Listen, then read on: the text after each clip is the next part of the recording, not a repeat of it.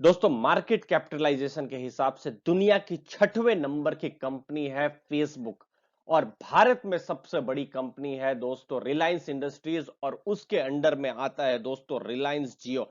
और इन दो बड़ी दिग्गज कंपनी के बीच में एक करार हुआ है, दोनों के बीच में एग्रीमेंट हुई है, जिसमें फेसबुक लगभग 10% 9.9% स्टेक खरीदने वाला है रिलायंस जियो का दोस्तों। और इस स्टेक की वैल्यू है 43.5 थाउजेंड करोड़। इसका मतलब क्या हो रहा है दोस्तों कि रिलायंस जियो की जो वैल्यू है 4.62 लाख करोड़ है। अब दोस्तों ये सब मैंने आपको आंकड़े बताए हैं, लेकिन इन आंकड़ों का मतलब क्या है दोस्तों? अगर आप इन्वेस्टर है तो आपके लिए ये क्या आंकड़े मायने रखते हैं वो बताते हैं दोस्तों। आंकड़ों का सीधा मतलब यह है दोस्तों कि अगर आज की तारीख में रिलायंस जियो एक लिस्टेड कंपनी होती तो भारत की 5वें नंबर की बड़ी कंपनी में इसका नाम होता दोस्तों। सबसे बड़ी कंपनी भारत में मार्केट कैपिटलाइजेशन के हिसाब से 21 अप्रैल का डेटा देखे तो इसका पेरेंट है रिलायंस, 7,83,000 करोड़। फिर आता है टीसीएस, फिर आता है एचडीएफसी बैंक, फिर आता है हिंदुस्तान यूनिलीवर, और फिर आता है जियो। लेकिन ये लिस्टेड नहीं है तो इसका जो भी वैल्यूएशन है रिलायंस के अंडर में जा रहा है। और रिलायंस का दोस्तों जियो के अलावा दूसरे भी बिजनेस है, उनकी रिफाइनिंग का भी बिजनेस है, और दोस्तों उनका रिटेल का भी बिजनेस है। तो ये सब बिजनेस को मिलाकर पूरा का पूरा ये मार्केट कैप बनता है दोस्तों। और उसमें से आप समझ लीजिए दोस्तों 4,62,000 करोड़ तो सिर्फ आज की तारीख में जियो का मार्केट कैप है। तो दूसरे बिजनेस से भी ये मार्केट कैप ले रहा है, तो भविष्य में मार्केट कैप बढ़ने की भी उम्मीद यहां पर बनती है दोस्तों। और देखिए 6वें नंबर का जो इसका कॉम्पिटिटर है बहुत दूर है, एचडीएफसी लिमिटेड दोस्तों। तो आप समझ सकते हैं कितनी बड़ी डील है दोस्तों। दोस्तों समझते हैं रिलायंस जियो के बारे में, ये क्यों इंपॉर्टेंट है दोस्तों। ये सिर्फ 3.5 साल पुरानी कंपनी है, लॉन्च हुआ था 2016 में। उस समय में सितंबर अक्टूबर के महीने में इसकी लॉन्चिंग हुई थी। फ्री में वो डेटा दे रही थी, फ्री में वो वॉइस कॉल करवा रही थी दोस्तों, उस समय की बात कर रहा हूं। उसके बाद में बहुत ही सस्ता डाटा देने लगी, और उसकी वजह से पूरी की पूरी टेलीकॉम इंडस्ट्री डिस्टर्ब हो गई। और आज की तारीख में सिर्फ एयरटेल और वोडाफोन आइडिया ही इसके कॉम्पिटिटर बचे हैं, और उसमें भी वोडाफोन आइडिया की हालत भी थोड़ी अच्छी नहीं है आज की तारीख में। बाकी कोई भी पुराना प्लेयर हो वो ऑलमोस्ट मार्केट से आउट हो ही चुका है। लगभग 39 करोड़ आज की तारीख में जियो के यूजर्स है। हर 5 लोगों में से 3 लोगों के पास रिलायंस जियो का कनेक्शन है, चाहे 1 नंबर की सिम में हो या 2 नंबर की सिम में हो, लेकिन कनेक्शन है दोस्तों। तो ये जो फेसबुक ने जो इन्वेस्टमेंट किया है टेक्नोलॉजी के क्षेत्र में, सबसे बड़ा एफडीआई है आज की तारीख में दोस्तों। अब इसको समझना जरूरी है। अब दोस्तों फेसबुक ने इतना बड़ा इन्वेस्टमेंट क्यों किया है? इतनी बड़ी कंपनी है क्योंकि वो भारत में और ज्यादा डीप में अंदर जा सकती है बिजनेस करने के लिए। ऑलरेडी उसके पास 40 करोड़ व्हाट्सएप के यूजर्स है, उसके पास इंस्टाग्राम भी है, और उसके पास फेसबुक का अपना ब्रांड तो है ही दोस्तों। और ज्यादा भारत की मार्केट में वो डीप में जा सकते हैं।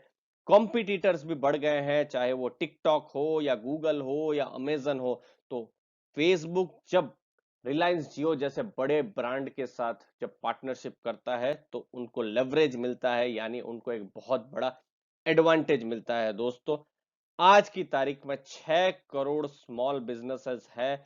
फेसबुक कोशिश करेगा कि उन बिजनेसेस से और बिजनेस लाया जाए, जो एंटरप्रेन्योर्स है उनको और ज्यादा सपोर्ट किया जाए जियो की मदद से, ताकि एक विन विन सिचुएशन क्रिएट हो सबके लिए, चाहे वो भारत में छोटे किराना मालिक हो वो, या फिर जियो हो वो, और फेसबुक, सबके लिए एक विन विन सिचुएशन क्रिएट करने की कोशिश चल रही है दोस्तों। रिलायंस का क्या फायदा है वो समझते हैं दोस्तों। रिलायंस इंडस्ट्रीज के लिए कोई सबसे बड़ा फायदा है तो वो ये है कि वो अपना डेट को कम कर सकती है। बहुत जगह पर प्रश्न उठने लगे थे कि रिलायंस इंडस्ट्रीज का बहुत ज्यादा डेट है। अगर डेटा देखें तो 0.62% डेट इक्विटी रेशियो है, ये बहुत हाई डेट माना जाता है दोस्तों। तो अगर डेट की ही बात करें तो ये जो इतनी बड़ी कंपनी है उसके हिसाब से डेट भी लगभग 1.5 लाख 2 लाख करोड़ के आसपास हो गया था। तो इसकी वजह से ये अगर डील होती है तो डेट जरूर कम कर पाएगी रिलायंस इंडस्ट्रीज दोस्तों। दूसरा फायदा ये है दोस्तों कि जो कस्टमर्स है, कोई भी नियर बाय घर के पास जो भी किराना दुकान है, वहां अब जाने की जरूरत कम पड़ेगी। ट्रांजैक्शन व्हाट्सएप और जियो मार्ट जो जियो का इन हाउस जो ऐप है उससे ट्रांजैक्शन कर पाएंगे। तो एक तरीके से सबको फायदा हो रहा है, चाहे वो कस्टमर हो, किराना वाले हो, जियो हो, फेसबुक हो, सबको एक तरीके से फायदा हो रहा है। और ये डील सिर्फ फेसबुक और जियो के बीच में नहीं हुई है, रिलायंस रिटेल, जियो के जो प्लेटफॉर्म्स है उन सब की डील हुई है फेसबुक के व्हाट्सएप सर्विसेज के साथ। तो वो भी अलग से कॉमर्शियल पार्टनरशिप हुई है। तो एक तरीके से आप समझ सकते हैं कि रिलायंस और फेसबुक अपने जो भी प्लेटफॉर्म्स है एक दूसरे के साथ शेयर करेंगे और लॉन्ग टर्म में सबको बेनिफिट करने की कोशिश करेंगे दोस्तों, खासकर शेयर होल्डर्स को। अब इसमें दोस्तों जानने वाली क्या क्या इंपॉर्टेंट बातें हैं वो बता दें कि सबसे पहले जो ब्रोकरेज जो हाउस थे वो भी एस्टिमेट कर ही रहे थे कि रिलायंस जियो का वैल्यूएशन 4 लाख करोड़ या 4.5 लाख करोड़ के आसपास होगा। और जब फेसबुक ने अब इन्वेस्ट कर ही दिया है तो बिल्कुल उसी प्राइस के आसपास में किया है। थोड़ा सा प्रीमियम पे करना पड़ा है फेसबुक को, लेकिन उसके आसपास ही है दोस्तों।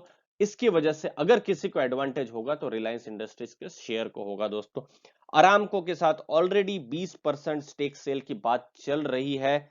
अभी फिलहाल थोड़े ठंडे बस्ते में बात है, तेल का दाम बहुत गिर गया है, 20 डॉलर पर बैरल से नीचे आ गया है तेल। तो वो थोड़ा सा अरामको खुद ही अभी थोड़ी तकलीफ में है दोस्तों, लेकिन भविष्य में ये डील भी होने की पूरी उम्मीद है। टेलीकॉम टावर के बिजनेसेस हैं, वो टावर के जो बिजनेसेस हैं वो कोशिश कर रहा है कि वहां पर ब्रुकफील्ड एसेट मैनेजमेंट जो कनाडा का बहुत बड़ा प्राइवेट इक्विटी फर्म है वो कुछ स्टेक खरीदे रिलायंस में। जैसे कि आज फेसबुक ने खरीदा है तो वैसे ही भविष्य में अरामको का स्टेक हो या फिर ब्रुकफील्ड का स्टेक हो तो वो सब स्टेक भी आ सकते हैं रिलायंस के अंडर में, रिलायंस के साथ में दोस्तों। और सबसे बड़ा एडवांटेज ये है दोस्तों, इसको मैं यस बैंक के एग्जांपल के साथ जोड़ना चाहूंगा।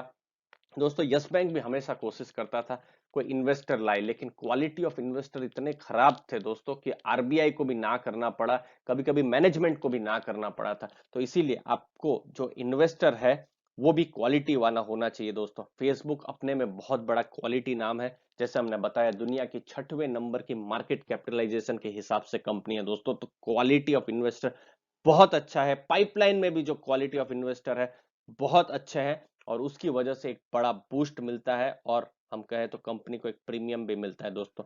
वीडियो कैसा लगा दोस्तों, जरूर अपना व्यूज बताइए इस डील के बारे में। आपके टाइम के लिए बहुत बहुत धन्यवाद।